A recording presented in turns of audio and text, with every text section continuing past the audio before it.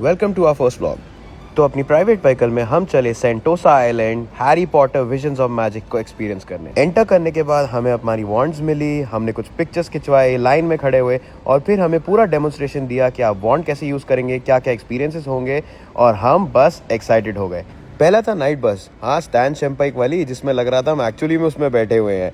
फिर आया 12 ग्रिमॉल्ड प्लेस, जहाँ सोनाली ने वॉन्ड वेविंग की और हमने अपने विजिट भाइयों को भी फ्रेम में ले लिया। आगे बढ़ के आया मिनिस्ट्री ऑफ मैजिक, जहाँ हमने थोड़ी वॉन्ड वेविंग करी, नीचे उतरे, टेलीफोन बूथ में फोटो खिंचाई और वॉल्स को भी चेंज होते हुए देखा। फिर आया हॉल ऑफ प्रोफेसी, जहाँ मैंने प्रोफेसी जलाई और वो ले गई हमें चेंबर ऑफ सीक्रेट्स, जो मैंने खोली अपने वॉन्ड से और टॉम रिडल का वो famous chamber of secret scenes भी रिक्रिएट कर दिया। सोनाली ने थोड़े सांपों के साथ खेला और फिर हम बढ़े न्यूज मैनेजरी की तरफ, जहाँ की ब्यूटी देखकर सोनाली पागल सी हो गई। फिर आई नॉकटर्न एली, जहाँ थे डेथ ईटर्स के पोस्टर्स, कुछ ब्यूटीफुल चीजें और मुझे मिले एक पप्पी।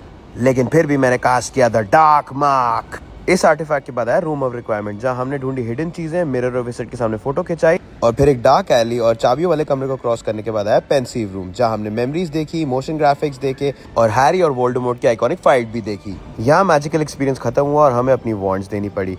उसके बाद हम आए सोवेनियर शॉप में, जहाँ मैंने खरीदी ग्रिफिंडोर की टी शर्ट और सोनाली और मेरी कुछ मेमोरीज। और अट्रैक्शन के एंड में आया बटर बियर कैफे, जहाँ हमने ट्राई की दी आइकॉनिक बटर बियर और बहुत ही ज्यादा टेस्टी थी।